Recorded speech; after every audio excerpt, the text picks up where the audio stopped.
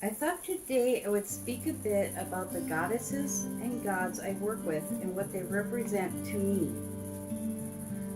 I am in no way saying anyone else has to feel nor think the same way I do, nor to even see the goddesses or gods the same way. These same ones. Everyone has their own thoughts and feelings about their gods and goddesses. This is my own beliefs and no one else's, so take what you like and leave the rest behind.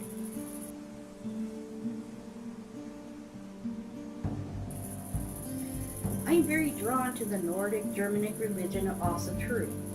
I hope I'm saying that right. Though I cannot say the names all that well, if at all, but I have been called to it many years ago, strayed from it, and now I am returning to learn more. I would like to make this my permanent religion.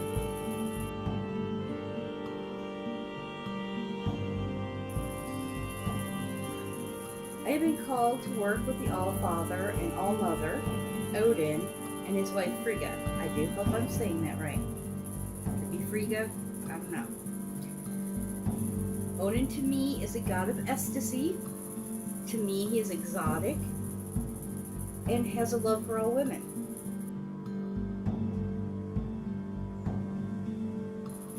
He is full of mystery and strength. He is a god of storms. He brings the rain and snow and watches over the turning of time and the seasons. To me, he is a god that can bring fury down on you to teach you a lesson. As in this. This needs attention right now. It's a time when I need to pay attention to something.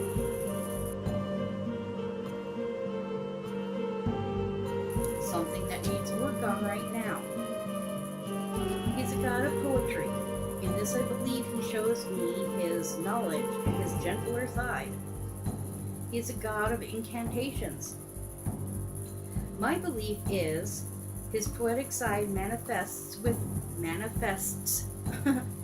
within me to help me with spell writing, poetry forming, and other forms of imaginative writing.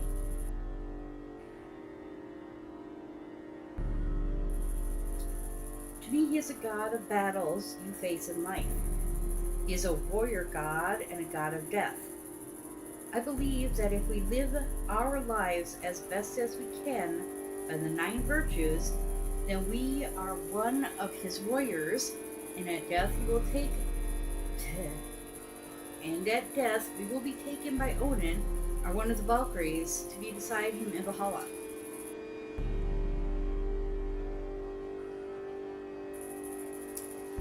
I believe Odin to be a god of transformation. He becomes what he needs to in our lives. He gains more knowledge about us and our world and time this way.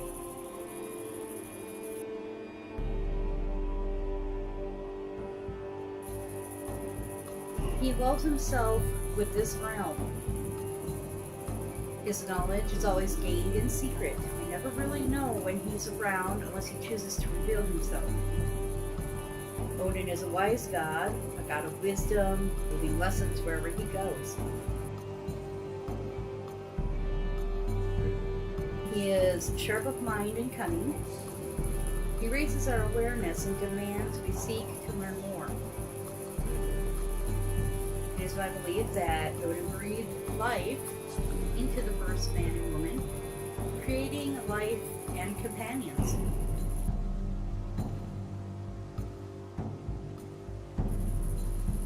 I believe he gave humans the runes as a way of communicating, and he gave us ways to gain more knowledge, the want to seek and know. To me, Odin is full of power and magic, as are his wolves and ravens.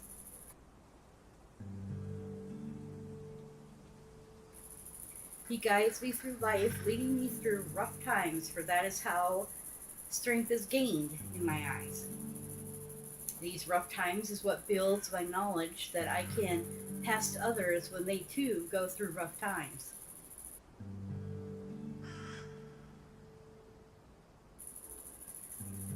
I believe it is Odin who gifted me with the ability to see, speak, and hear spirits. He is the one who brings all secrets to light to show me my dreams and talents, and to call upon meditating on them.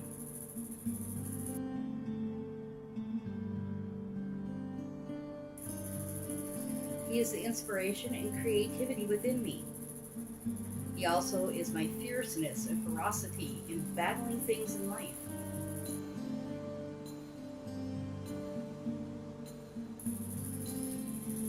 My belief is that Odin is the one who throws open the doors, usually the ones I don't want opened, and forces me to dip into those things I'd rather have stay dormant. He makes me aware of my thoughts and actions so I can correct what I even know. I, myself, we all have this. Even know what needs correcting. Like, I should have said that.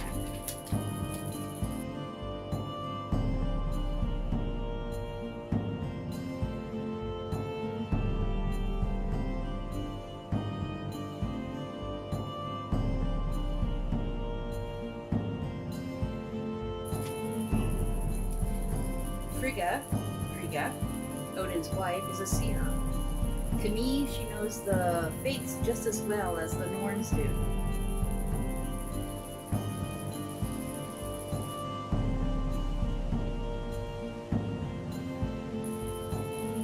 She is like Odin in that she always is watching and listening and caring for humans. She likes to have everything in order, and if I stray, she leads me back.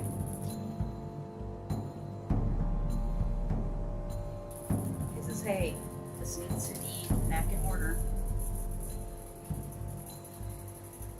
To me, Frigga is the goddess of my household, my affairs with my children and home.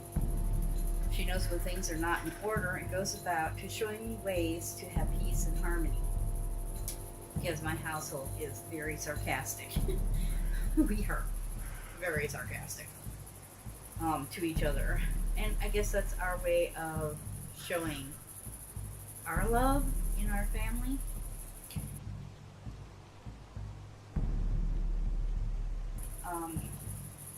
Hard to explain, I know. But I'm a very sarcastic person, as are some of my kids and siblings. She teaches me lessons.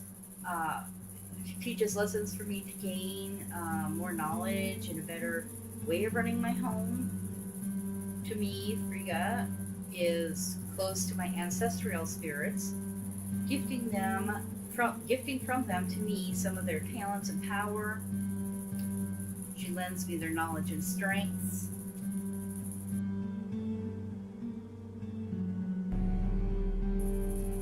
She is a superb warrior alongside of Odin in the battles I face daily.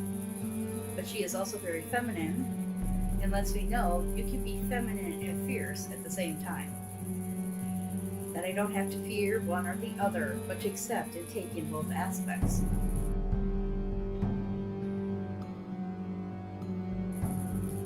To me, she is a goddess of wisdom, making not only her own decisions, but decisions right alongside with Odin, which is what a husband and a wife should be doing. Her powers shine through me even in the smallest mundane ways. She teaches me to be aware of the treasures in even the smallest decisions I face from day to day.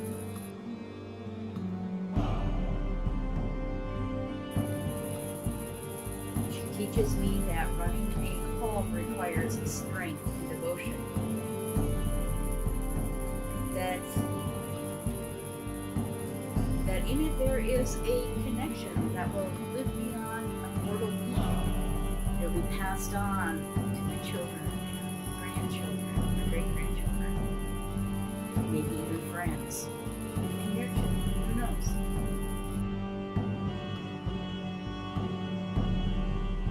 Frigga shows me I can have pride in my accomplishments Her motherly aspect shows me my duty to kindred and, knowledge that what I do is not only grounded in ritual to her, but also my daily life. She guides me to win battles of all kinds and every day.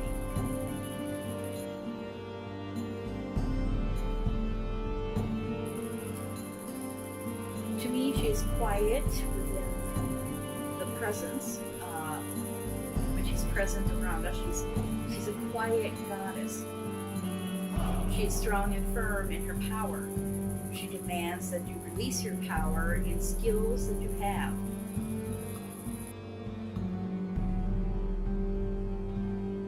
She teaches me to nurture my heart and fortify my spirit through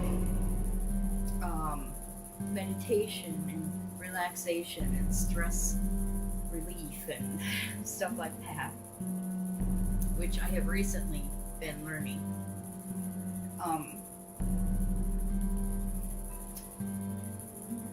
If my emotions or health is in need, she draws my attention to what needs work in that area.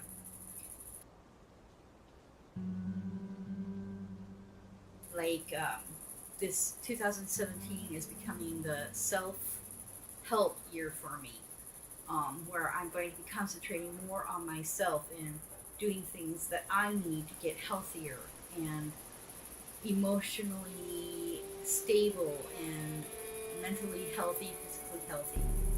She is showing me that way.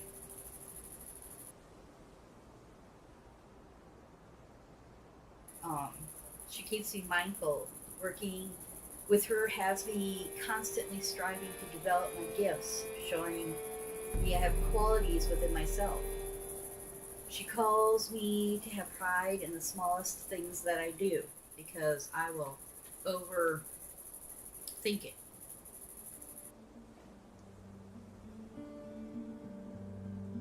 And go, that meant nothing. That was nothing, But she makes me think about it and go, hey, that was something. It was something I accomplished.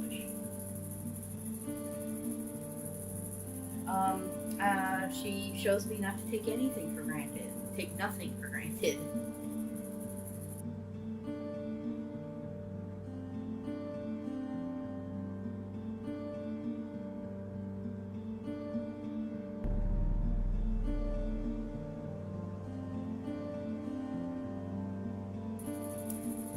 And as some may know, I work with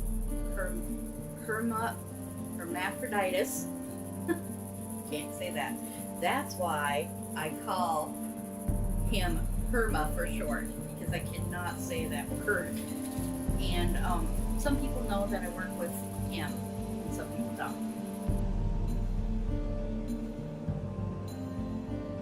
But I feel I am drawn to Herma because of his dual masculine and feminine properties. I feel all humans have a masculine and a feminine side to them. I believe that is why homosexuality and other forms of sexuality are in existence.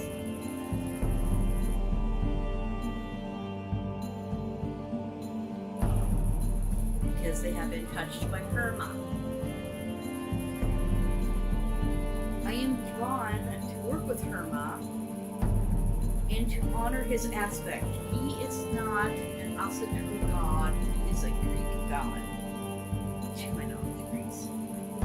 He is. But he called me and very strongly for reasons in my own life. So I went and said, okay.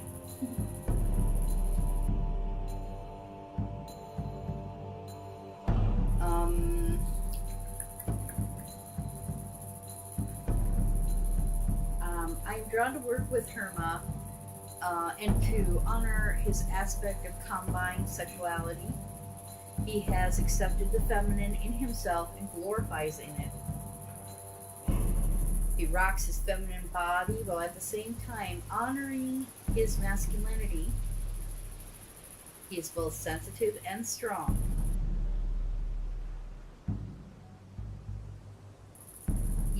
beauty of the combined, and he is a God of acceptance of what cannot be changed. To me, he will make you think on how you treat others.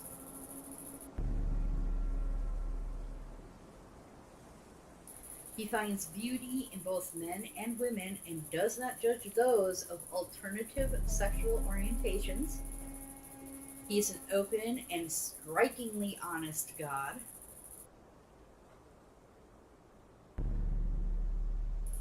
He does not care what you think of him, and to me, he has some sass to him. In some statues I have seen of him and pictures I have seen of him, which I really enjoy, is he has this sassiness to him, like, here I am, this is me, you accept me as I am, or you can go off, you know?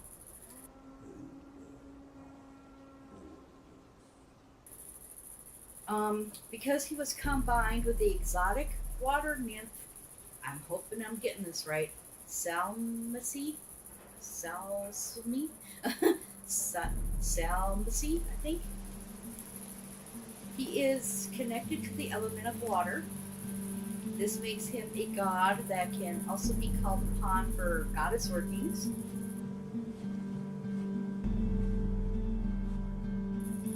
He embodies the coming together of man and woman in sacred union, so it makes him a god of marriages. He is exotic, erotic, and a fertility god.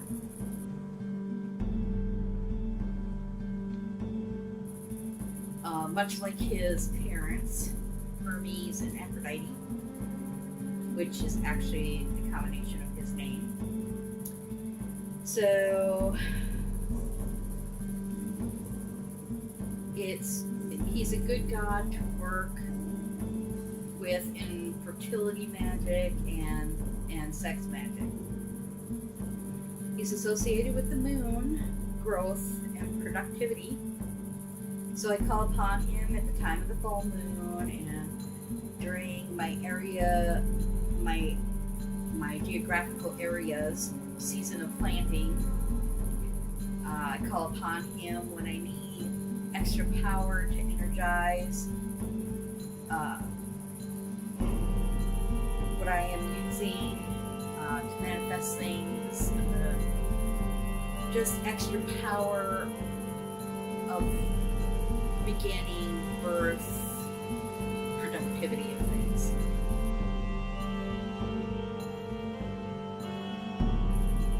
Irma to me is a god of magic and has the power to help change the future, to see it and to guide me. He is a healing god and is able to aid in the healing of many ailments. So he can be used in healing magic, in healing prayer, and healing power.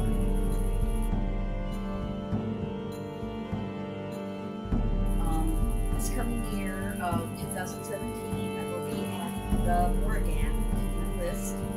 I know nothing of her really, just very, very basic bits and pieces here and there. I'm going to take 2017 to learn more about her along with the other ones and incorporate her into my practice. I look forward to learning more about her. It's my belief that all of these goddesses and gods help me stay in line with the also true 9 noble virtues, which are courage, discipline, fidelity, honor, hospitality, industriousness, perseverance, self-reliance, and truth. I'm returning pages, it's because I wrote this down so I can remember all of it. Otherwise I'd go off on some other thing. So, it takes courage to go against the norm, to possibly face people's discouragement and hate. They discourage you and show hate toward you. It takes discipline to continue persevering in an honorable life. takes fidelity to be passionate about your goddesses and gods, which is a love affair of the spiritual kind. It takes honor to condition your spirit when others try to lead you from your beliefs. It takes hospitality to accept others into your world and your heart. It takes industriousness to develop your gifts and talents. It takes perseverance to see beyond failures and fears, but keep striving for the betterment of yourself. It takes self-reliance to tear down and move past codependency, self-pity, hatred, and other things, obviously. And it takes truth to walk honorably in your spiritual path, facing challenges we must overcome, not only from ourselves or from others, but from ourselves. We too can put up blocks that we need to burst through to gain more knowledge and growth. You may not have the same beliefs, which is of your choosing, but these are some of my beliefs upon which I honor. So that's about my gods and goddesses.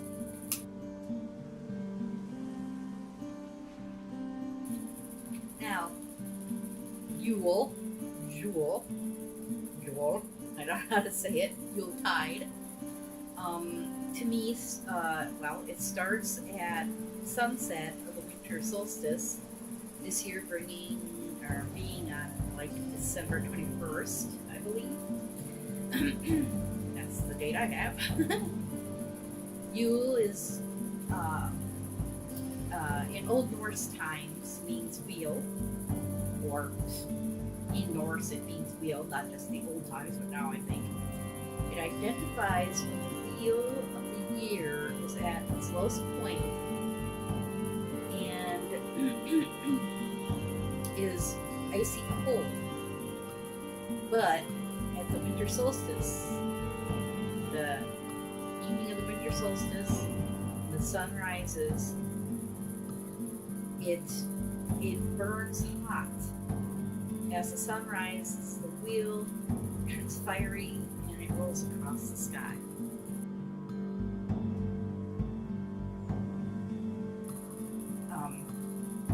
In some of my belief, that is the birth of the sun god.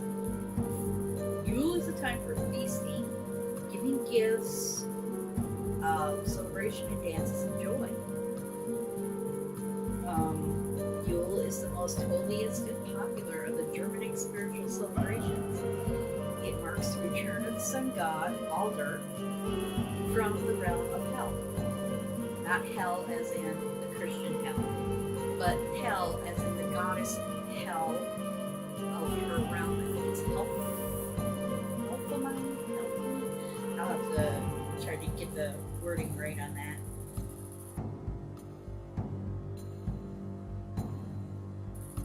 But that's from hell's realm he returns, because that's where he was sent when he died. His life and light is bringing warmth back to the earth, which the earth is also called Midgard. I believe I have that right. Yule is traditionally 12 days long. The festivities starting on the sunset of the winter solstice and goes for 12 more days. Mother Night is the first of the Yule, first day of the Yule, and that's what it's called. Sorry. Frigga, Odin's wife, and the Disir, which are female ancestral spirits. And excuse me if I am butchering the names of these, because yeah. Okay, the female ancestral spirits are honored on Mother Night. That's what I have read.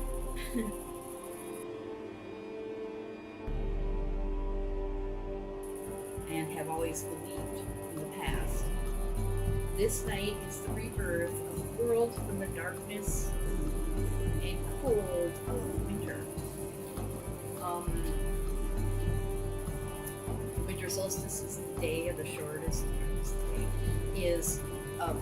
day and the longest night of the entire year.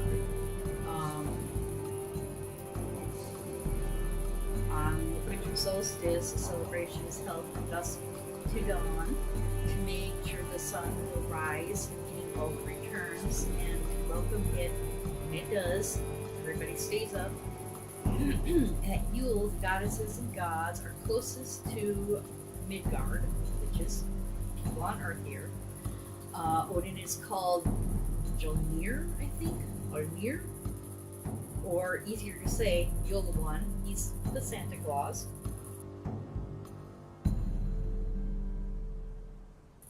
Yule is also a time for the dead to return and share in our feasts and celebrations. So it's almost like Samhain when we honor the dead, which basically I think could be done on every holy day.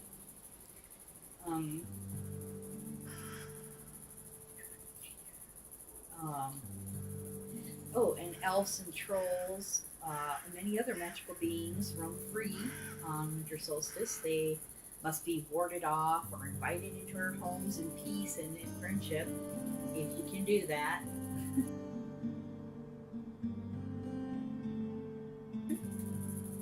Yule is also Odin's wild hunt.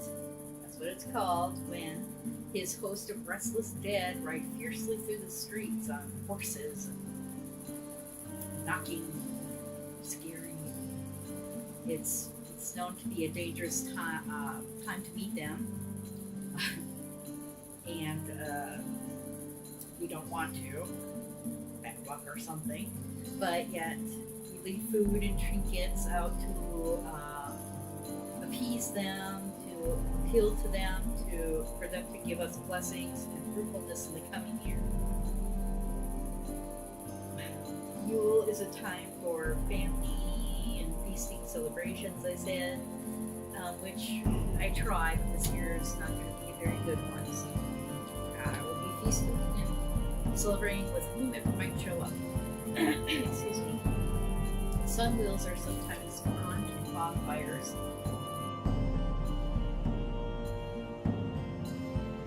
It's a time to swear oaths, but never swear one you cannot keep.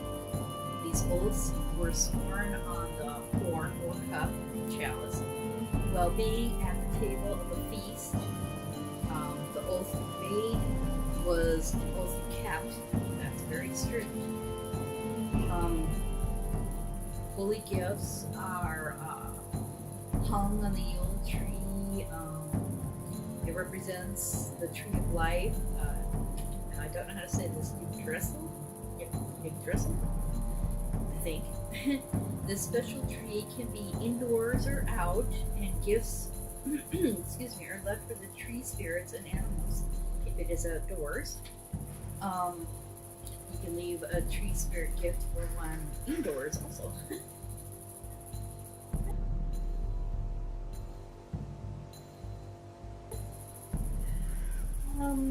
A lot of homes only have a wreath with candles and ribbons upon it. It is known as the Yule sun wheel or the Holy Oath Ring. The Yule log was supposed to be burned all night long. It symbolizes life lasting through the great darkness. The flames helped to rekindle the warmth of the dawning sun. Its ashes are strong protection amulets for the following year. So you can take the ashes and use them throughout the year for protection. And all 12 days of the Yule, there is cooking, baking, and decorating. Many decorations and toys are made in the image of the gods and goddesses, sacred animals like boars and horse, wolves and owls, etc., etc. So that's what I have for all of that. I know I probably bored you guys to death. I'm hoping I didn't bore you too much, but that is what I have. My beliefs, and I hope you enjoyed listening. So I'll see you in the next video. Like, subscribe, comment. Love you guys, and have a great one. Bye.